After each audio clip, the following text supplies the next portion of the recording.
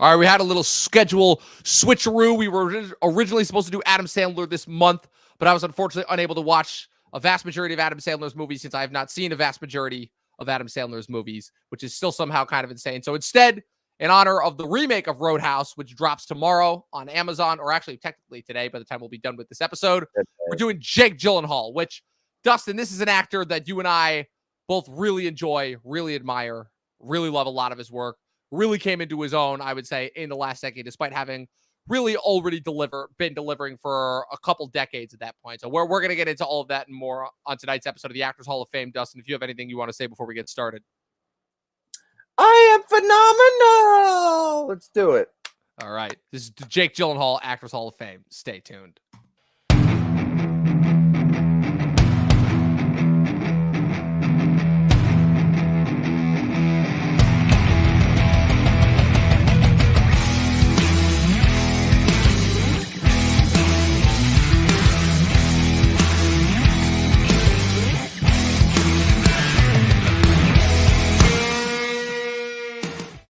All right, Dustin, we're here to do Jake Gyllenhaal, who is an actor that has become known definitely for, I feel like, a certain brand of acting, kind of similar to a couple of other people that we've done on this channel, but in just his own just brilliant and unique way. It's interesting because his evolution as an actor is probably what's become the most notable about him. It's so strange because you never really see this with actors. So many actors that we talk about and that we kind of idolize, especially in the modern day, they're all people that, like, they've had kind of like their go-to brand, right? But so much of the time, people, I feel like, overlook the journey and the evolution of them as an actor.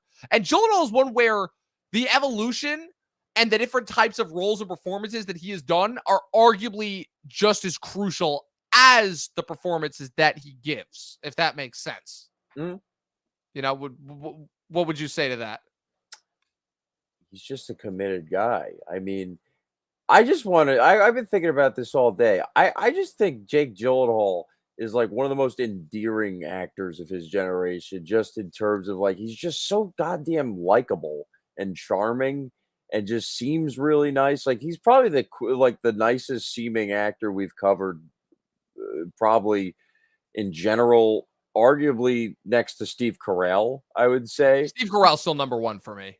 Yeah, but, like, there's just something so innocent in his performance, in a majority of his performances, that you can't just help but just empathize and sympathize with in some cases. And he just has the charm to boot. Like, ever since his debut in what I believe was City Slickers as Billy Crystal's son, which I remember watching that at an early age, going, "Is that fucking Jake Gyllenhaal?" And it was. And I'm just like, whoa, okay, how long has Jake Gyllenhaal been acting? I know he was a kid actor, but, like, really that young? Long time. What did I say? What did I just send you? What did you send me? The highway thing, or no? No, I sent you. He was originally going to be the lead in The Mighty Ducks, but his parents said no. And then Joshua Jackson. That's crazy. And, like, he was, like, bitter about it. So, like, yeah, he's obviously way bigger than, you know, Dr. Death or whatever his name is. Yeah, absolutely. Jackson. But I just thought that was a funny little tidbit. But, like, I just think it's like he has one of the most, like, interesting careers in terms, like I'm going to compare him to Leo, because I was thinking this too. I think he's just like a notch below Leo. He just needs a couple more movies, even though this filmography is just sensational. Even the honorable mentions, which I'll go through in a couple of minutes, but just like his trajectory from being like a child star, like, dude, who would have thought Bubble Boy? Right, that's what I was gonna go to. Fucking Bubble Boy in, like, Nightcrawler or Donnie Darko, like, you know what I mean? To go from Bubble Boy to Donnie Darko is just insane to me. Like, absolutely, and then that's what I mean. Like, the thing about Gyllenhaal is the evolution as far as, like, the types of roles that he did when he first started out as like a teenager, young adult, versus the roles to where he is. That, like, probably the closest that we've covered in terms of the wide-ranging trajectory is Paul Dano. But even Dano, I would say, I don't know. Character actor, and that's what Dano's more of a character actor, less of a leading man. And I don't know, in a weird way, this may sound like a crazy take. I think Gyllenhaal might be a little bit more versatile. Just a little bit. I'm not saying by Well, much, but I think he might be a little more and versatile Paul in terms Dano? of like, yeah, and I'll explain Yeah. why. Because Paul Dano, Okay, right? He's I think always that's got fair. Yeah, okay, well, I'll yeah, give you yeah, that. that's just kind of what I mean when it comes I to that. agree. For example, Yeah. so like I guess my piece that I can contribute to that is that so I've missed a lot of Jake Gyllenhaal movies, right? I'll be the first to admit I have not Okay. seen Brokeback Mountain, I have not seen Jarhead, I have not seen Love and Other Drugs, I have not seen Enemy, I have not seen Highway. There's a lot of Gyllenhaal movies that I have not seen. But Sure. again, it's kind of insane where despite the fact that a majority of the movies I've seen, I've pretty much only seen them Gyllenhaal's movies from 2 decades, right? The majority of his movies from the 2010s I've seen, barring Love and Other Drugs and Enemy. I've pretty much seen every other movie that he did in the 2010s. Oh, sorry, I'm wrong. That movie that he did, Stronger, I missed that one as well.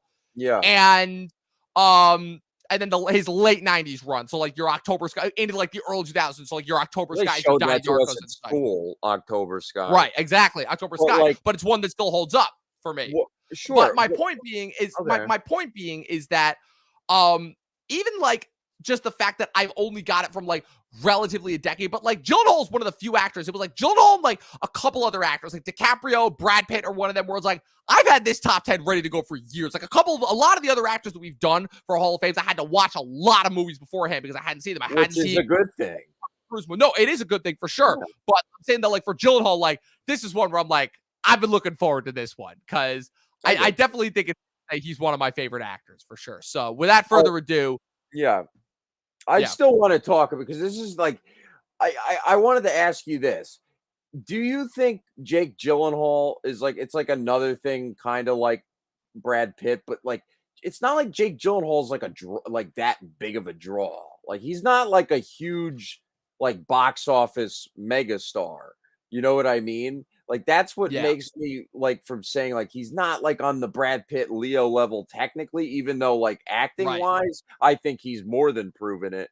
But it's just been very interesting over the years seeing his trajectory. Like, the way that they've tried, like, putting him in commercial movies, like, I remember seeing Prince of Persia, you know? Yeah. And I'm just like, Yeah. why did they get Yeah. Jake Gyllenhaal 2010, that was the for year they this? were trying to put a bunch of people like again, that was the year like, one year it was the Avatar effect. I'm telling you, after Sam Yeah, Worthington and Avatar, what Taylor what's his name? Sam Worthington in Prince of Persia, Taylor yeah. Kitsch and John Carter, and there was one other one that happened around that time too. It was they all trying to put these guys in like these I know big what you mean. epic level blockbusters, and not one of them hit. But Jay then Baruchel and Sorcerer's Apprentice? there you go. That's another one. That's Okay. another one. But I guess kind of like what happened is in a weird way, I think Zodiac is one of the most telling moments of his career Yeah, because that was kind of the lead in for him to eventually do roles like Prisoners, like Enemy, like Nightcrawler, which is the big yeah, one where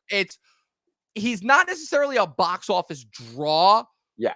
but that kind of is what, and now that was kind of like in a weird way, like that little trifecta, that run of movies is kind of what did it for him, what Ryan Gosling's 3 movies did in 2011 did for Oh, I him, can't wait which to is do where, Ryan Gosling, oh, but when we do Ryan Gosling, that's another one that I'm like, I've had that list waiting and ready to go that for a while. I'm For a very looking while. forward to because like, But that's the level I think, like, Jake Gyllenhaal and Ryan Gosling are pretty much, like, it's kind of weird how much they're, very and also, similar. and they're the same age too. They're the Yes, exact same age, which is and crazy. They're both 43, going to be 44 this year. they're both leading men in a typical way, like, on one end, but they Right? both have, But like, not typical men in terms of acting ability. not acting because they can, like, transform into supporting roles or, like, Yes. weirder character roles where it's like they're Yes. very dynamic in that way. But I Yes. just wanna run through, like, a few of these performances that didn't make my top 10. You know, you just highlighting, like, just different things that he's done in his career and different characters he's played. Like, he did his worst performance is Bubble Boy. I mean, that movie is just horrendous, I but haven't even seen that movie, and I can probably tell you that's his worst. you don't need to. But like we said, Prince of Persia, not the best either. And yeah, what was that accent he was doing? He managed to be one of the only salvageable performances in David O. Russell's hacked to bits accidental love. I Uh keep forgetting that movie's a thing. yeah, he was like the one scene stealer in Velvet Buzzsaw, which Yes, was he was. yeah, which was Terrible movie. you know, Terrible movie. awful, Awful follow movie. up to Nightcrawler, if I should say. Yeah. And then what did we see, Dominic? Boy, it's a Boy, it wild was a life. wild life. Wildlife. Even that shitty line, like he sells that line. You know what I like? Yes, And somehow. I had the biggest laugh in my entire life. Ironically, in Paul Dano's directorial debut. And Paul Dano's directorial debut. And then he was also played a really interesting character in Miguel Arteta's The Good Girl opposite Jennifer Aniston. They have like an affair in that. She's married to John C. Reilly. I was referencing this in the beginning, Dominic. It's a shame that Southpaw wasn't great because Yeah. that has Yeah. one of the still to me the fun one of the funniest trailers of all time, but it's Yes. one of the messiest movies in the Yeah, boxing that's a genre. movie that really should have been good. What happened Should have been there? great. And I would say like the commitment, and I'm gonna talk about Roadhouse in a little bit, but I would Yeah. say similarly, like the difference between those movies is that one of them has like a capable script, and it's not Southpaw. It's very by the numbers, and they barely give anything for Jake Gyllenhaal to do. He's kind of like just almost brain dead in that movie for a lot of that. Yeah. Like Yeah. he doesn't really emote that much, like that complex. Like it's a lot more dumbed down of a character than we're used to seeing Jake Gyllenhaal play, and it is a good performance. But it's a shame that movie didn't come together, and that Antoine Yeah. Fuqua, and between that and The Guilty, which he also did with Antoine Fuqua, Right. Yeah, like that was the other one I forgot about. that was a better movie, but it's also kind of slightly forgettable. Hot take, Dominic. Brokeback Mountain's not my 10 either. Yeah, but we knew that. We knew that going in. You've always let me know that your thoughts on that movie. I just think, bro, like he is very good in that movie, but and if it was like a lesser actor, that performance would be in their top 10. But he has so many great performances. Yeah. I just recently saw the Guy Ritchie movie, The Covenant, from last year, and that's good. And he's very good. I still have to watch that. How crazy? Hold on, can we just talk about that for a second? How crazy is it that the only Oscar nomination that Jake Gyllenhaal's ever gotten is Brokeback Mountain, and that's not even in his top 15 best performances? That's insane. That's what I'm saying. How many other actors can you say that about? Not that many. Not that many. Not specifically as we think about Right. it. But Love and Other Drugs is another one because him and Anne Hathaway, who should have hosted the Oscars together, which I think I've said in the past, but they should have because it came out that year and they were lovely together and have some of the hottest sex scenes ever. And Anne Hathaway rules. I fucking love Anne Hathaway. End of watch. Yeah, we're gonna do Anne Hathaway. Okay. Oh, that's an honorable mention for you. Okay. Mm-hmm. Of course, Mysterio, Spider-Man, Far From Home. He was the best part. And my number 11, Sam Mendes's Jarhead, which he is terrific. Okay. Yeah, I still have to watch that. There's a couple Mendes movies I still have to watch, that being one of them. But would you say that's in like the top best Mendes movies or no? It's a good movie. I definitely like it. No, I definitely like that movie for sure. Yeah, because I'm trying to think. As far as Mendes goes, I've only seen the two Bond movies, 1917 and Road to Perdition, I think are the only ones that I've seen. I haven't seen American Beauty. I haven't seen Jarhead. I haven't seen Revolutionary Road. Yeah. They're all good. And then I haven't, and I didn't watch the one that he did in 2022 that people thought was going to be Oscar bait that then got nothing. I can't even remember the name of the movie. Empire of the Light, I think is what it's called. Saw yeah, that. I didn't see that one. Yeah. Was that good? I heard that was not good. Not really. Yeah, that's disappointing. All right. So without further ado, shall we do these top 10 lists? Yeah, me? Okay. Yep. We always start with you. Okay, fine. Number 10, right, so Nocturnal Animals. Whoa, that's number 10? Yep. That's already kicking it off hot. Yep. Kicking it off hot. Yep. Nocturnal Animals. Wow. I don't think that's that hot of a take because I mean, it's not. I wasn't expecting it. Because there's so many great performances in that movie. So the fact that he could still like be one of the standouts in that, even though he is like technically the lead, is still saying something in a movie filled with like Aaron Taylor Johnson's best performance, Michael Shannon in another Oscar nominated performance, Amy Adams. I mean, it's just a phenomenal second feature from Tom Ford. And that's a guy I hope he's not as elusive as, he hints at, because he's a terrific filmmaker between this and A Single Man, which I also saw not that long ago as well with Colin Firth. And he's just an expert filmmaker and knows how to cast his films properly. I don't think there's a bad performance in either of those films. And Jake Gyllenhaal carries the hell out of it, like he does with all of these movies I'm about to talk about, pretty much, with the exception of two, which are kind of supporting roles. But he plays like just this guy in the worst situation imaginable, and he has to like go through so many like awful situations involving like his family and like die like getting killed and like dealing with the murderers firsthand. It's not a super rewatchable movie, but it's a memorable movie and it's a visceral movie, and I've seen it a couple of times, but maybe it deserves another rewatch. I just remember loving it when I saw it in the theaters, and the couple times I've seen it in the last 6 or 7 years. But he's outstanding in it and brings like just a raw, heartbreaking energy to like the third act of this movie in particular. But like he just his Jake Gyllenhaal has terrific chemistry with all of his screen partners in like every film. Yeah, yeah, could not agree more. Nocturnal Animals, you will see that later on my list. I have it very, very high up because that's not only one of my favorite Gyllenhaal performances, that's one of my all-time. That might be in my top movies of the 2010s. I love that movie. My number 10, this is a movie that again I have very heartfelt memories for because again there would always we did watch. I will give credit to our school. We watched a lot of good movies in our school. I Oh, remember we watched Glory in our school. We watched Wall yep. Street in high school. I A couple other really, really good ones that I'm currently drawing a blank on. But I want to say Gladiator. we watched Catch Me If You Can, Gladiator as well. We watched in high school. We definitely watched Catch Me If You Can. But one that I have very, very Yeah. fond memories for because it Forrest was a movie Gump. that I knew relatively. Forrest Gump, yeah. But one that I I had saw that relatively before. little knowledge about is October Sky.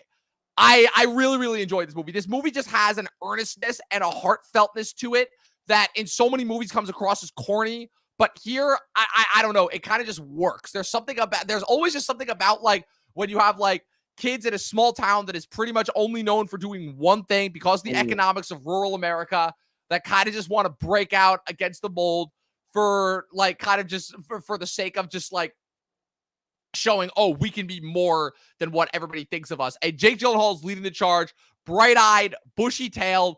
But I'd say this is the movie where it really starts for him. You know, obviously he'd been acting all throughout the 90s, again, like as a kid from City Slickers with that fucking stupidity that is Bubble Boy. But at the like, this is really like where Yeah, you this is start to like see his like first lead role, I think. right. This is his first lead role. And like he's still a kid, but like he's 19 when this movie comes out. So like he's starting to come into his own, you know, like he's got the Oh charm, yeah. he's got the earnestness, he's got the good old schoolboy thing, but he proved with this that he can carry a movie. And I think that's definitely notable and it's worthy of getting a spot on this list, even if Real it's at number quick, 10.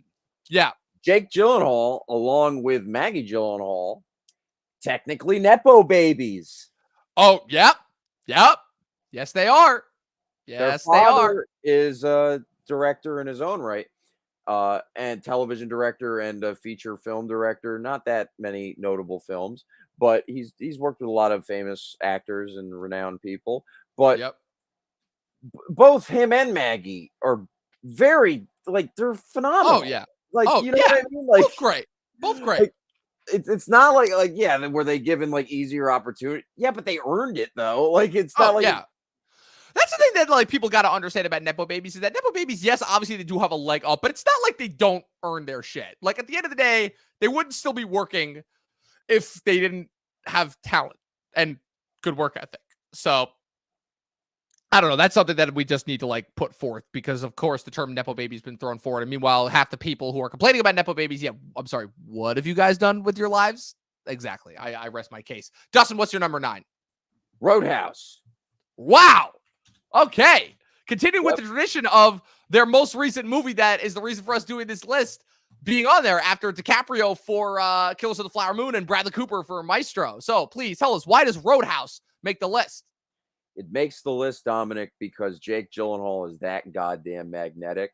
And even though he's taking over this iconic role, first played by Patrick Swayze in the infamous 80s cult classic of the same name, he still makes it his own. It's not the same character from the Swayze movie. He's not doing a Swayze impression. he's doing like it's not like a complete departure from what we've seen before, but it's like a different side of Jake Gyllenhaal. Is like a badass Jake Gyllenhaal can kill you in like one punch and knows he Wow. can kill you.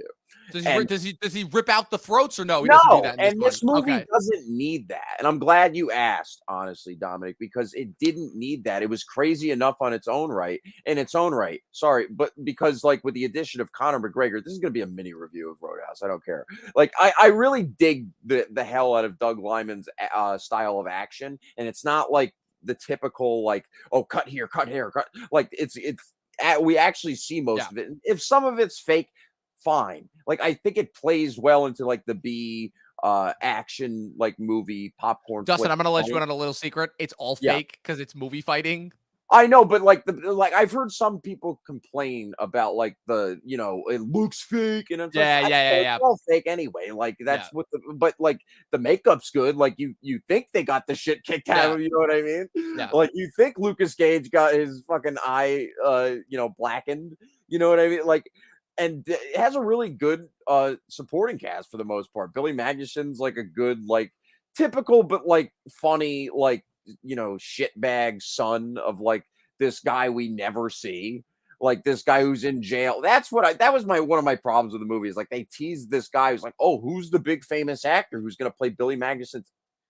All right, you're just never going to tell us, or They never tell us. it just never, no, it just doesn't even matter by the end of the Oh, movie. So it's just okay. like, but the thing that sucks to me about the first like original Roadhouse is that it's just so corny and just Yeah. it drags on and like it's the same it's like rinse and repeat every 15 minutes. And I know Yeah. this movie's like roughly like an hour 52 or whatever without credits, which is fine.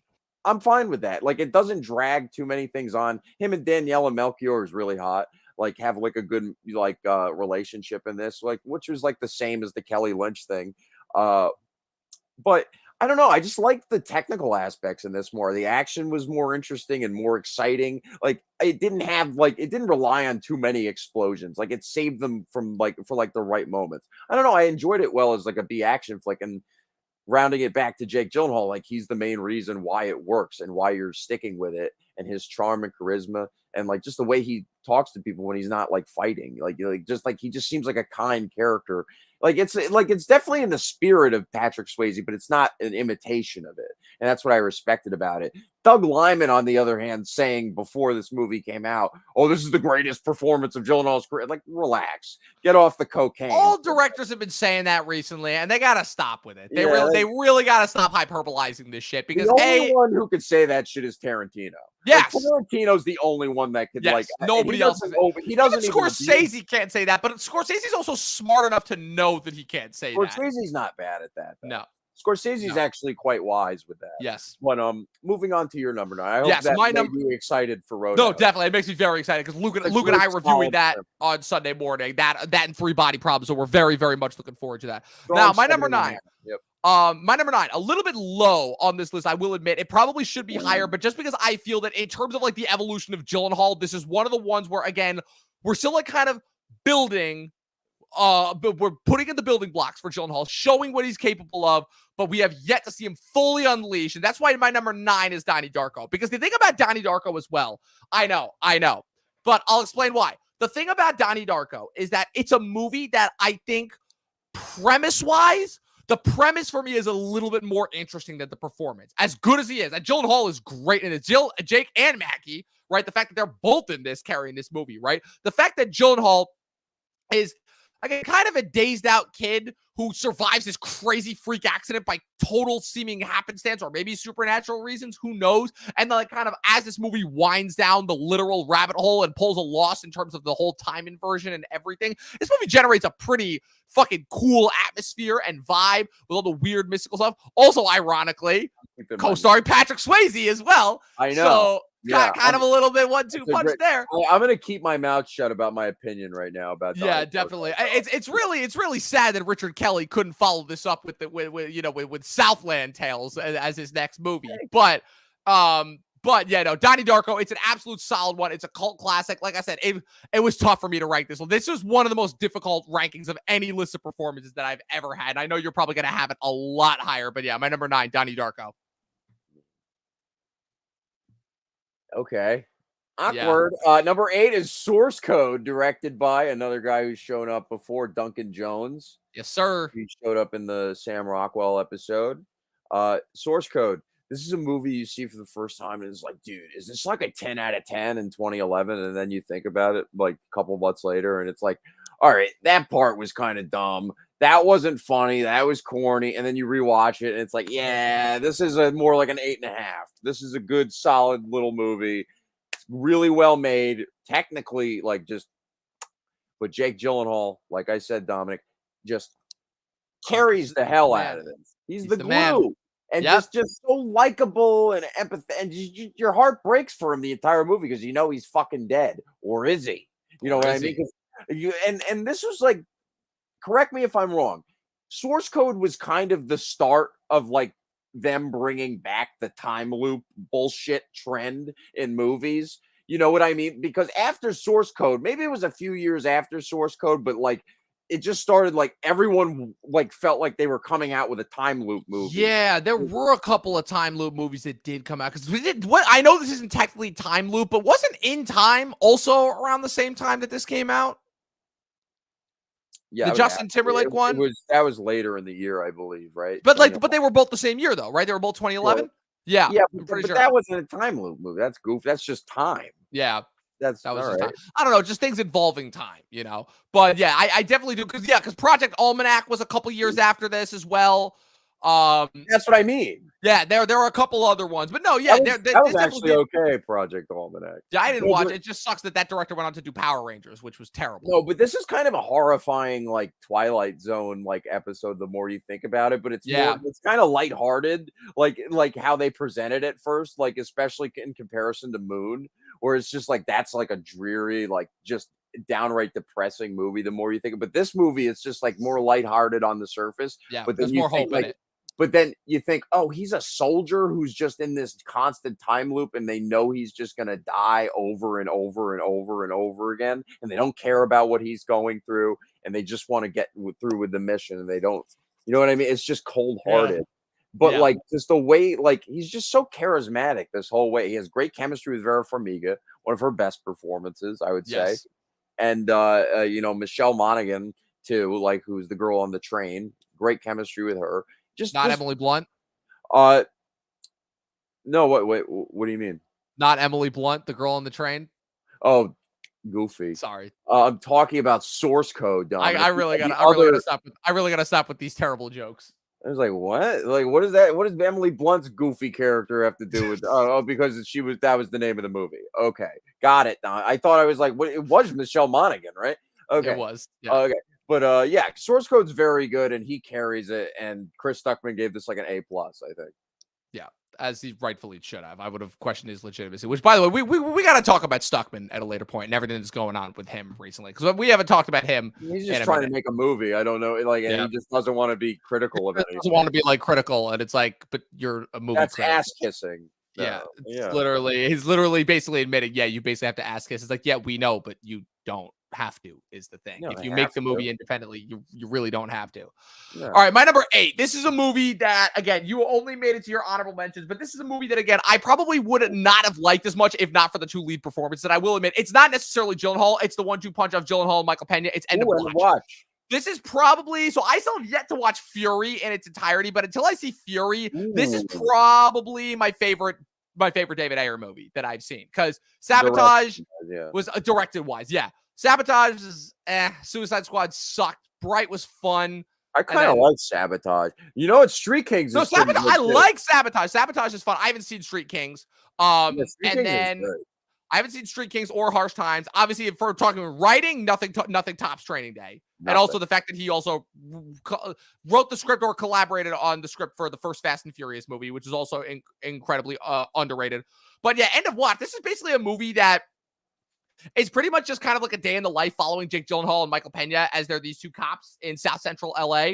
throughout the day as they're kind of just going through the life, and then they, in the end, they end up in this massive shootout with this gang that they that like ended up like stalking them earlier. And like David Ayer has a weird thing of like just having like gangland members in his movies just kind of being these really, at least later on, I'm not saying like early on, but like later on, like once we got to the 2010s, having these gangland members kind of just be like these nothing one-off like background characters that would be like that's really the worst part of that one-dimensional. movie. I know, that's what I'm saying. And that's what I'm saying. It became a really, really bad problem with his movies as time went on, because it almost like became like he was like doing a parody, but like not actually servicing the characters well. So like I said, I'm not giving credit to the movie here. Like I said, it's still not necessarily, it's really held together by these two lead performances and how solid the chemistry is between Gyllenhaal and Michael Pena.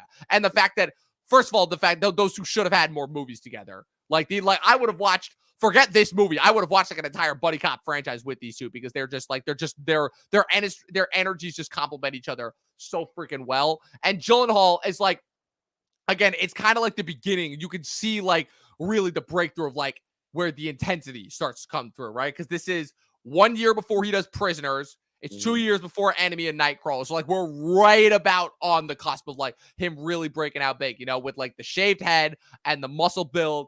And, you know, he's cocky and wisecracking, but he's still got the heart of gold. And yeah, like I said, it's just, it's so strange for me to call a David Ayer movie about cops a fun hangout movie, but that's kind of what this ends up being, where I was watching and I'm like, this isn't the most important or like the best movie at all, but like just, I could watch a movie just where I'm hanging with these two. So yeah, that's why End of Watch makes the list. Yeah, it's a good movie. You know what I mean? Like they I don't know, the reason, probably one of the reasons why is, besides like he has so many great performances, is just like it's more of a two-hander, and like I don't know. I think I enjoyed Michael Pena more. Like I think of that more as like you know, True. even when that came out, I was like, oh, this is finally the movie, the one of like a movie where Michael Pena can really prove that he's like one of the better up and coming character actors. Like I was excited Gyllenhaal was in it too, but I was just like, I already know Gyllenhaal could be good. You know, I wasn't already blown away by him yet, but I was like already a fan of Gyllenhaal. You know, but like because of Donnie Darko and everything. But Right. yeah, he's very good in that movie. My number 7 is Prisoners, which is probably low for people, but he's very good. He plays Detective Loki in this. He's not the main character. Hugh Jackman's more the main character in this. And yeah, this is a very intense and cool performance from Jake Gyllenhaal. It's another one where it's like, wow, he just picks some of the darkest material, because I don't want to rewatch Prisoners on a regular basis. Definitely not. Even though Definitely not. even though it's my favorite Denis movie on a technical and just in general, like I know it's my favorite. I love that movie. I just like I've seen it like 2 or 3 times. You know what I mean? Yeah. Like over since it's come out. But yeah, this is just like he's absolutely fantastic in it. And of course, like he didn't get nominated that year because it was 2013. Yeah. And One that of the was most his stacked year. acting years ever. But yeah, he was terrific opposite Hugh Jackman, who's like also in my, that's still probably my favorite Hugh Jackman performance. Is in Prisoner. He's just absolutely like insane in that movie. So yeah, I don't have much to say. That movie has an amazing ensemble. I think we've talked about that enough. I think we talked about it on the Dano episode. Yeah, Prisoners. Yeah. Definitely. I'll talk, like I said, another one that we have in common. I was interested to see how I knew that this list we were going to have minimum 6 in common. So it's good to see that that's still holding up. My number 7, Source Code, one that we just talked about. Yeah, this is one of those movies where, because you know, I watched a lot of movies with my family growing up, like when Netflix, like we, you know, we would order DVDs that were just really bad, like a lot. But every once in a while, we would get one that was great. I remember Pacific Rim was one that we really, really enjoyed. I remember I watched Django Unchained with just my parents on demand. That was the first Tarantino movie I ever saw, and I'm like, okay, like every once in a while we would watch a cool movie with them together. And this was one that I had very, very fond memories of, because this is one that I remember being like, nah, this is a solid movie. It's got a great fucking premise. It had a great lead performance. It was in 2011, which it was like the most underrated year of the 2010s, because half the movies that came out that year hold up so much better than people still gave them credit for, both the blockbusters and the indie movies that popped up. And this was kind of like right in the middle in a weird way, even though like subject matter wise, they don't really have anything in common. I kind of always thought of like this and Limitless as being like kind of like the same family, because I remember watching those two movies around the same time period. And yeah, I just just remember, like, this is one of the movies that helped me to understand, like, time loop movies, because I didn't watch Groundhog Day growing up. So, like, I watched this, and then a couple years later, I watched Edge of Tomorrow, and this was, like, really crucial in terms of, like, helping me understand both science fiction, like, different types of sci-fi storytelling, as well as, like, time loop movies. You know, the idea of, like, characters dying and returning to the same setting over and over and over again. And like you said, Gyllenhaal is crucial in terms of understanding that, as like so many other time loop characters. That's what makes them work, is the main character is often learning the mechanics of whatever the time loop situation is with the audience. So like, it's kind of the audience going on the journey with them. So for narratively, it serves a great function. And like I said, performance-wise, it works as well, because Gyllenhaal is a guy who thinks he's just going through his normal day. Then a bomb goes off and he's like, what the fuck? And then he finds himself trapped in this like weird office setting. And they're like, yeah, we've created this like advanced, like crazy alchemic formula that will like send you back to the moment so that you can figure out like how who placed the bomb there. So that way, you know, it's part of this like new counterterrorism method. And like, as the revelations, as he starts to figure out more and more stuff as time goes on, and then once the final reveal happens as far as whether he's actually alive or not, it's absolutely fucking insane. And the fact that I want to give this movie credit as well, because this is the first movie that I remember them saying that like time travel doesn't work if it's strictly linear, because that you would just be creating like paradoxes and butterfly effects nonstop. So this was the first movie long before Avengers Endgame came out to tackle the idea of like time travel is technically the multiverse, you know, because they literally are saying, yeah, we're exploring different alternate universes and like what is it, like quantum mechanics and theoretical possibilities. So like, this is the first movie that really, really dove into that. And Gyllenhaal, like I said, he's the one that carries us through it. Yet another instance. So yeah, Source Code, my number 7. Number 6, Zodiac. All right. What else could you say about David Fincher's Zodiac? It's a grueling 3-hour fucking near masterpiece about like just paranoia, and Jake Gyllenhaal is the perfect like person to play that paranoia. And just slowly but surely, he's like a teapot in this movie. Throughout like each hour, you just see the gradual changes in his demeanor and everything. And that's another heartbreaking and just totally captivating and subtle performance that you appreciate on each subsequent viewing, I would say, over the years. And he is outstanding in a cast that's already outstanding, with Robert Downey Jr., Anthony Edwards, Mark Ruffalo, and Brian Cox. Yeah. Zodiac. Really not much else you can say. I'll elaborate more when I get to that. So far we have, of the 5 choices we've done so far, we have 4 in common. So that should probably tell you everything you need to know about Gyllenhaal's filmography. My number 6, Ambulance. I feel like all of our, like, there are like already 3 choices that I have in my top 5 that you had in like your bottom 5. So it's absolutely insane. Yeah, this is a movie that, again, frankly, A, should not have been as good as it was, and B, should not have had as good of a performance as it is in this one, because this is just, I mean, the movie itself is just an adrenaline rush. It starts with a crazy bank robbery and devolves into a chase movie. This movie is a 2-hour long chase movie in kind of like along the lines of some of the best 90s action movies. And the fact that Gyllenhaal is simultaneously psychotic, charismatic, funny, charming, like he has some of the best one-liners in this movie. And like you have a scene where him and Yahya Abdul-Mateen just start singing "Sail Away," and the way that it's set up, as far as like that being a song that they bond over as brothers, it's absolutely perfect. And again, Michael Bay directed this movie. If this is not an indicator that Michael Bay is a good fucking director, I really don't know what is. Because again, this is a movie that, again, if it had come out in the mid-2000s, would have been pretty good, honestly. I wouldn't even say that this would have been meant. This would have been a pretty good movie regardless.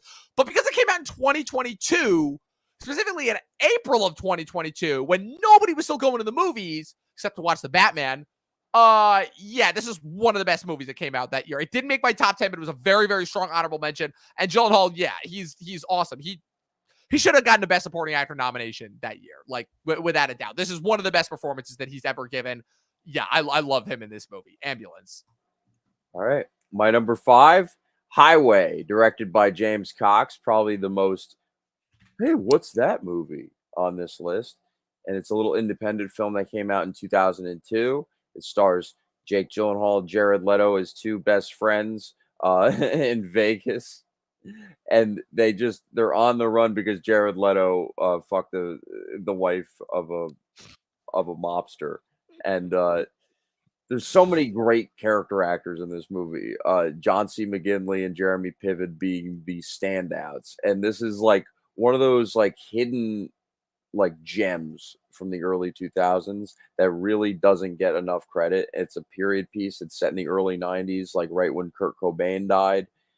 Similar to the Whackness, another great film from the 2000s that not a lot of people talk about. And yeah, it's just like so underrated. Jared Leto and Jake Gyllenhaal are hilarious together and have terrific chemistry. And it's just a really well paced movie and just really colorful movie in both looks and personality.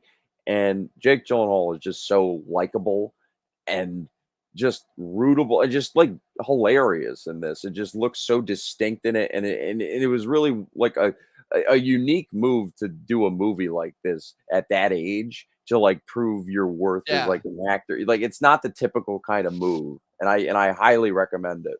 Because Get this is high. only a year after Donnie Darko, right? Yep. Yeah.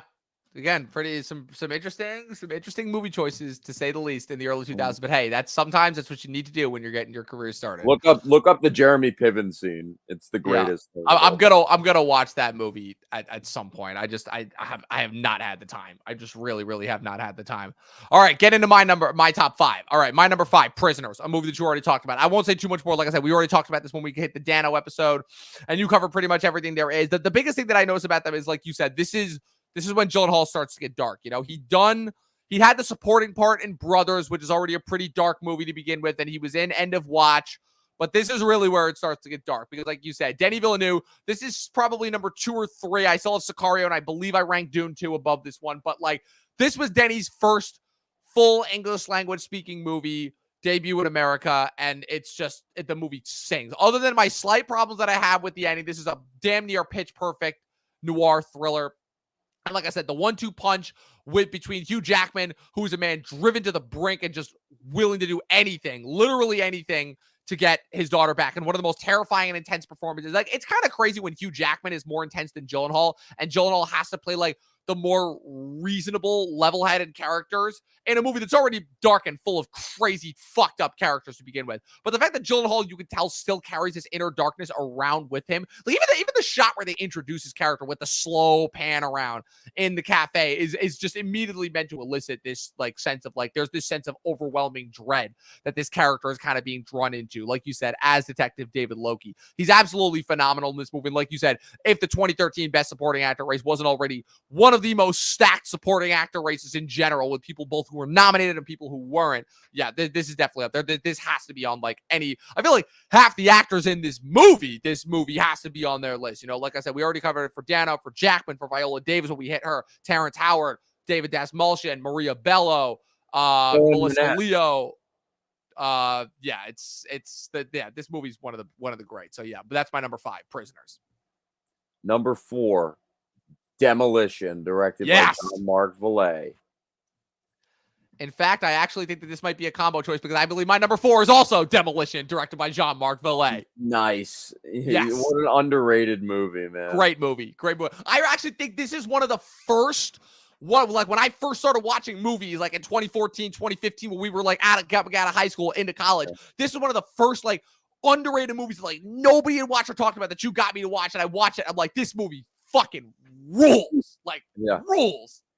And it's like a totally different kind of character for Jake Gyllenhaal too. Like he just plays like a completely like emotionally damaged, like like fucking like just completely blunt person who just lost his wife in a car crash. Yeah. And it's just like it starts off funny in a tragic way at first, but the more you move the more hopeful and insightful it gets, and like the performances in this are great between him, our Naomi introduction Watts, to Judah Lewis, just a really underrated and undersung film in his filmography. Yes, for sure. I agree. Also, rest in peace to Jean-Marc Vallée, gone way too soon. Right. And the biggest thing for me that I remember that I take away from this movie and why it still sticks with me after all these years is the fact that this is one of the first movies ever, because I'd seen movies that deal with tragedy, right? Because I remember watching Cake not long before this, and Cake is not exactly the same, but Cake deals with something similar, somebody learning to grieving, going through the grieving process and learning how to get past losing a loved one, right? But Cake was all about like kind of the sadness of it, right? This movie was the first movie that I remember being like, it's okay to like still laugh and still like, be wistful and exuberant after losing a loved one, because that's like a way to process trauma. It's the DL Hewley quote. It's you laugh so you don't cry, and it sounds pretty fucked up, but in terms of like him, like learning to bring himself out of this lull by essentially just not giving a fuck. And I remember like when I saw this, I'm like, before I even watched the movie, I'm like, why is it called Demolition? And then the scene where him and Judah Lewis are in the apartment just breaking shit, just as their means of like getting through their respective stuff, and how he's able to form this bond with Naomi Watts and Judah Lewis. It's beautiful to say the least. And really, this is one of the ones that like I'll still think back to it, and then I'll like look up a clip from it to remember. I'm like, oh yeah, this movie was really fucking good, like really, really fucking good. Underrated movie. Very underrated. I want to rewatch that actually. Yeah, me too. Me too now. Yeah, and for John Mark Villay. Again, like talk about the trifecta right there. Dallas Buyers Club, this movie, first season of Big Little Lies. That's pretty impeccable right there. And that's just the 2010s. All right, so this is both of our number 4. So going on to your number 3. Ambulance. Hell yeah. Hell yeah. Ambulance. It's great. It's his great. This might be his most unhinged performance, and he's so definitely up there. Like definitely up there. I think it is his most unhinged performance. Like just like he's just going full force, like just complete. This is like the most Nicolas Cage kind of Jake Gyllenhaal performance, I would say. Like, but in a good way. Like he knows what movie he's in, but he still grounds it when he needs to. But like gives it like the extra punch when it needs it too. Like whether it be like an emotional or a comedic punch, and he is just out of control. Like. With the energy in this movie, like from the first frame he shows up when Yaya visits him at his dealership or whatever, like he's just on it, like he just starts like calling people, like he's not really on drugs in this movie, but he's like just on something, like he's high on something. I don't know what he's on something. I know, but they don't show us. No, they never explicitly show him doing lines of coke. Like how he's like calling like his lackeys like demeaning nicknames and shit. Like it's just so fucking funny. And like when the way he like talks to Isa Gonzalez, like she's like inconveniencing him, even though like he's the one taking her hostage, and like just like everything he would say, like his little back and forth, like you said, the one-liners are just instantly like amazing. Like they get better on like that's another one. Like all these movies though are so like rewatchable. That's that's the thing. Like when we go into the top 5, like even the ones that I was saying before that aren't like I haven't revisited as much, I kind of do now the more that I think about them. And Ambulance is no exception. He's outstanding, and he won the NIFA last year for supporting actor drama. Hell yeah. Rightfully so. Rightfully fucking so. All right, my number 3. Like I said, we've already talked about most of the movies that I have on my list. So my number 3, I'm not going to talk too much about them. Zodiac is my number 3. This is the one where again, this is the start of the darkness, right? Because this is the movie that he attributes that like a lot of people have attributed, like because the 3 leads of this movie, right? Him, Ruffalo, and Downey have all talked about their experiences working on this movie with Fincher, right? And this being Fincher, it's so weird because this was supposed to be, I feel like, Fincher's like magnum opus pre-Social Network, a la the lines of like, say, because There Will Be Blood came out around this time, Inglourious Basterds was a couple years later. There was No Country for Old Men was this year as well. And the whole thing, right, about this movie, why I got screwed, it was supposed to be Oscar season, like November, December of 2006. And because of Fincher, and he would not hedge on the budget or the shooting schedule, they had to push it to March of 2007. So this movie was robbed of what could have been one of the all-time Oscar runs. And I mean, this movie just has it in spades. Like you said, the fact that this is a 3-hour-long movie that is a police procedural about the hunt for one of the most notorious serial killers in the history of this country.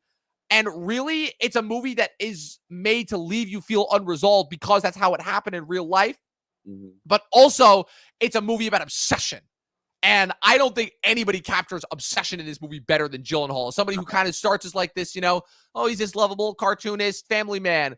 And then as he like becomes drawn deeper and deeper into the Zodiac killing, as it spirals further and further into this web that just consumed not only the state, but the entire country. And he just it's like a drug. He can't look away from it, to the point where, again, it drives Downey nuts. It literally kills him in the movie. Ruffalo is literally taken off the case to the point where he just wants nothing to do with it. And Gyllenhaal keeps bringing him back in.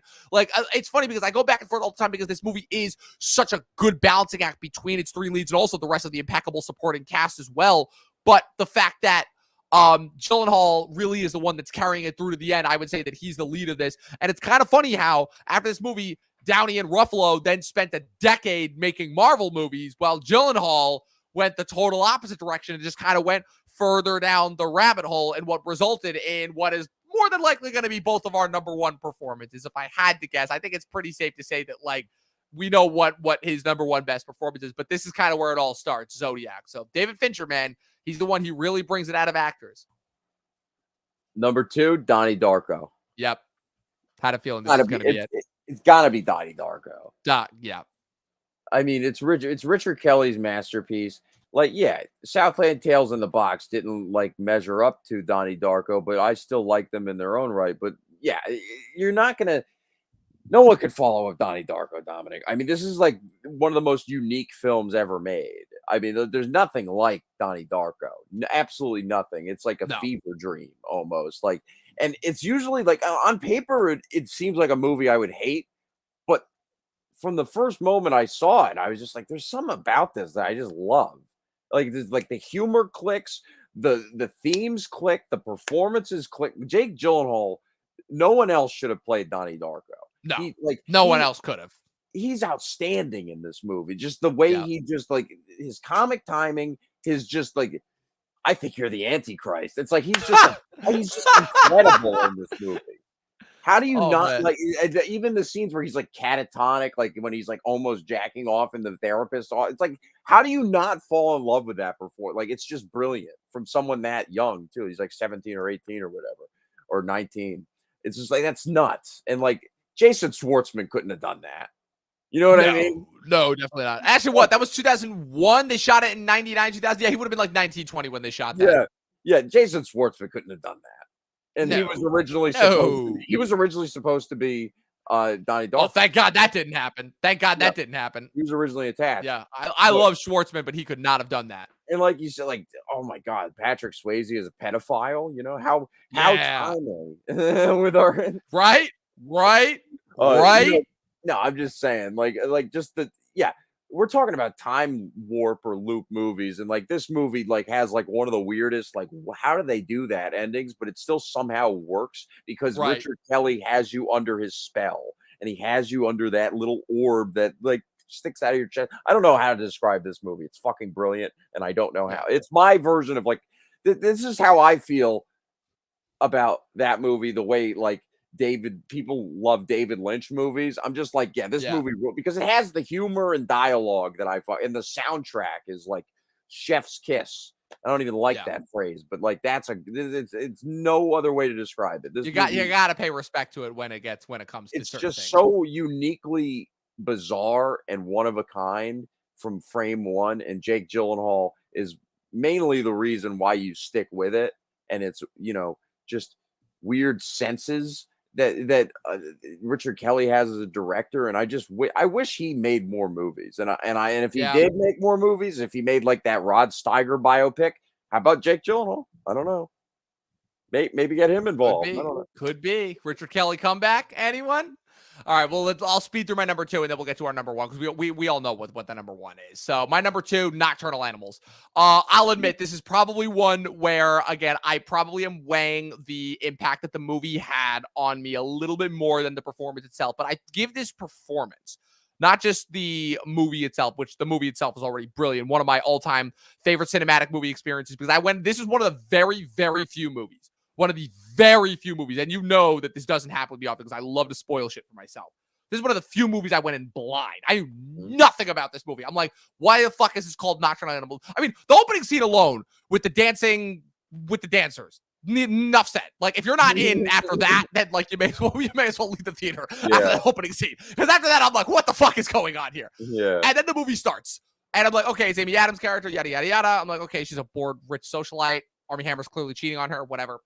Then she gets forgetting Armie Hammer's in that movie. Right. No, not just Armie Hammer. The amount of people that are in this movie outside of the 4 leads is insane. Well, I remember Carl Glusman in that more than Carl Glusman. But for me, the biggest thing is, that was right when I was becoming aware of like celebrity lookalikes, and Isla Fisher, they very intentionally cast as the Amy Adams stand-in for the novel, right? So then she gets this thing. You have Amy Adams get this novel from her ex-husband, portrayed by Jake Gyllenhaal. And then she starts reading the novel. And I didn't realize that Gyllenhaal was playing 2 different characters in this movie. Not until you cut to the flashbacks that Amy Adams has to when she first met Gyllenhaal. And I'm like, oh, those are 2 different characters. And like figuring out, like, I'm like, okay, so there's 2 different narratives going on here. How are these 2 going to connect? Because you've got the fictional narrative of what's happening in the novel, and then you've got the events that happen in real life. And I'm like, there's not really a whole lot, because what he's writing in the novel is completely different than what's actually happening in real life. So like, how is this going to end the way?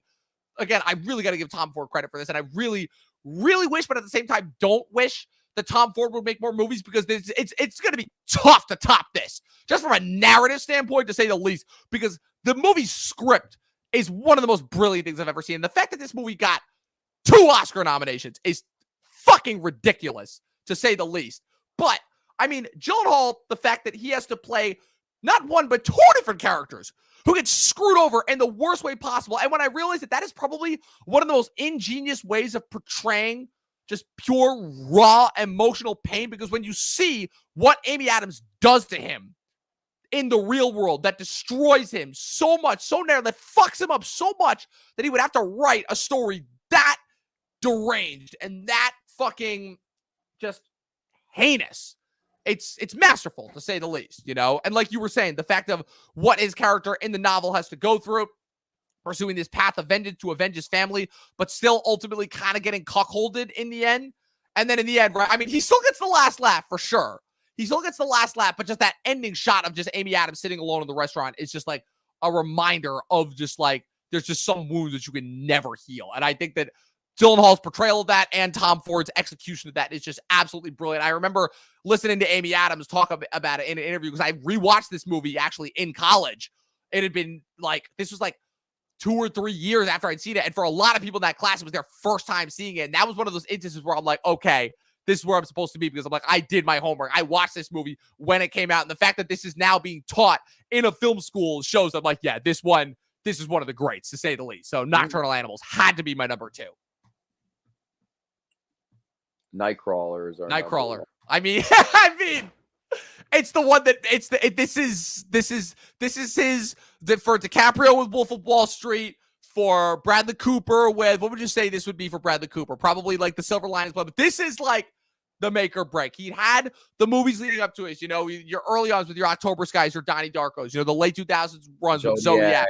Couple of stumbling blocks. You know, then you have the lead up to this, right? End of Watch, Prisoners, Enemy. This is where it all gets solidified. Where, again, I think that of all the performances in the last 10 years that people complain loudly about not getting an Oscar nomination, forget win, a nomination, this is probably up there. No, it's the most I say this with no hyperbole. It's the most egregious Oscar snub of all time. All time. Yeah. All time. Yeah. For nominations, yeah. Absolutely. I would go there. Yeah, because it's like all time. Just how he pulls off a performance like this. And this is already in the age of anti-hero, right? This is 1 year after we wrap up Walter White. We already had Matthew McConaughey's Rust Cole earlier that year. Like, how do you pull off a character this deranged and this sickening with like absolutely no moral qualms, but also this is like the opposite of an ambulance, because this is an unhinged character, but he's so subtle. And he's so meticulous. It was his Bickle. It was like his Patrick Bateman kind of role. Like that, honestly, like every actor, I've been saying this to you, like every actor, like I was saying this about Joe Keery in Spree, where it's just like, he got his Bateman role. Yeah. You know what I mean? And every actor needs it. They need it, and they need to nail it, though. Yeah. They do. Fucking nailed it. And that's the thing. The reason why it's the most egregious Oscar snub of all time is because that was the performance of that year. Everyone loved that performance. Yeah. You know was there a single like detractor against that performance? No. Yeah, okay. Yeah, So one. Tyler in the Facebook group. fuck That's it. Tyler. Fuck Yeah, Tyler. there you go. Yeah, You know fuck what I Tyler. I know you're talking about. Fuck that guy. But mean? no, like I'm just looking. It's like you really had to nominate Benedict fucking Cumberbatch over Gyllenhaal. Really? Like the other four, okay, I can make my peace with. Like I'm not a fan. Like here's the thing, I do like Eddie Redmayne. I am not as an actor. I am not a fan of how he kind of like got his rise to fame and prominence. I do think he is a good actor, but like Cumberbatch for me is the one where it's like really. Yeah. That one got in over That just Gyllenhaal. seemed boring, that Yeah, performance. like come on. And no, it just pisses me off because they nominated the screenplay, right? But Yep. they didn't nominate Gyllenhaal. And I was like, who made those And they words didn't nominate come it for to picture light? either, which I also thought was ridiculous because the I knew movie that was itself gonna is happen. fantastic too. I feel like no, that was the one unanimous thing though, is that people love that performance. People were more mixed on the movie as a whole, I would say, in comparison. But if there was anything that was guaranteed a nomination, like he had the SAG nom and everything, like there was no excuse. Like that's like he's None amazing at at it. all. Like no one, like he won the NIFA like that. He has two Yeah. NIFAs, won the NIFA like that.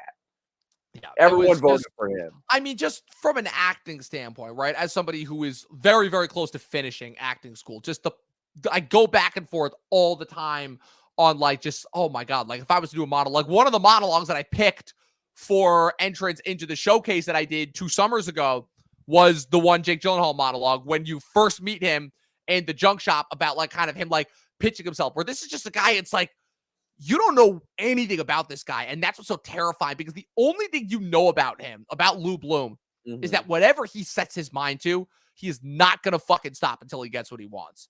And it doesn't matter how he's going to do it. And see, that's what it's funny that you brought up Bickle, right? Because I actually talked about this when I was doing, because I'm working on my top 10 movies that are turning 10 list this year. I don't know when I'm going to have that video up, but that video will be out sometime in the near future. And Nightcrawler is, for obvious reasons, on that list. And the whole thing that I said is the biggest difference about between him and Bickle is that you can at least understand where Bickle's coming from because Bickle is a veteran. He's war-torn. He's traumatized. He doesn't know how to factor into society. He's kind of this odd man out. He wants to do good, but he really doesn't know how. There's none of that in Lou Bloom. None of that at all. And the No, thing that's that's that's even more terrifying is how smart he is. Not only how smart he is, but how he's so smart that he's able to trick everyone around him, except for certain people. Certain people don't fall for his shit, for his shtick. The cops don't fall for his shtick. Renee Russo, say what you will about her, does not fall for his shtick. She's no. impressed by him for sure, and definitely And she's intimidated like by him later on. And she's drawn into his web, but she Yeah. never once is fooled Oh, into not no, thinking in the who she, first is half what of she's this dealing with. movie, no one's buying his shit at all. No Like, one's buying the it. guy at the pawn shop and, Exactly. like, no one is buying No it. one. But it's the fact that, again, he is just He so... can barely and buy it- his own bullshit. Exactly. Yeah, But it's the fact that, like, his bullshit... his It is... persistence is just, like, His insane. persistence is what makes his bullshit admirable. And the fact that, Yeah. okay, what he's saying he may not believe, but Yeah, what the- he's doing backs it up. You know, like his whole speech, his like kind of his motivational speeches that he gives to Riz Ahmed.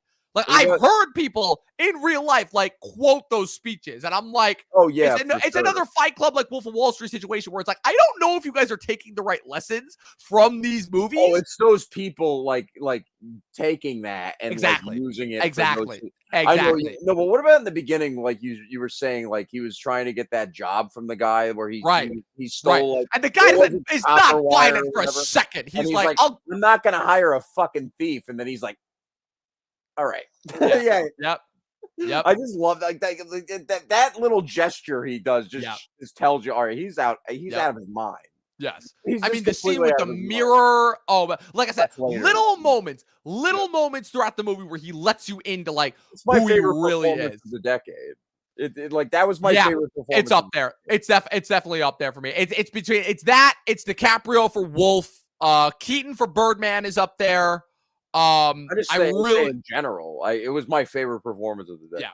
Yeah, like I said, I still got to go back and look over my favorite J.K. Simmons, over Allison Janney, over Leo, over Rosamund Pike for Gone Girl, Margot Robbie, Eisenberg for Social Network, over all of those. That's crazy. Rebecca Hall for Christine, Natalie Portman and Black Swan, Christian Bale, the fighter, like Jake Gyllenhaal and Nightcrawler. That's the shit. That's good, crazy. that's Joaquin for the master. That's the insane. that's what I'm talking about. Like, yeah, the Joaquin Yeah, is in there. absolutely Joaquin's my insane. number. Adam Sandler, like in Gems, like Gyllenhaal. That's the definitive performance of the 2010s. Lou Bloom.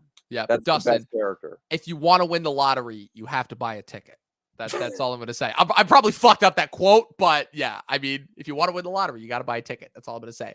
All right, so for our combined choices, we have 8 choices in common. Once again, another fantastic combo list from Dusty and Dom, the movie nerd. Nightcrawler, Nocturnal Animals, What's Zodiac, that? Demolition, Prisoners, Ambulance, Source Code, and Donnie Darko. We all have in common. What's that other great line in Nightcrawler when he's talking to Riz Ahmed in the car, and he's just like Oh man. about the acronym?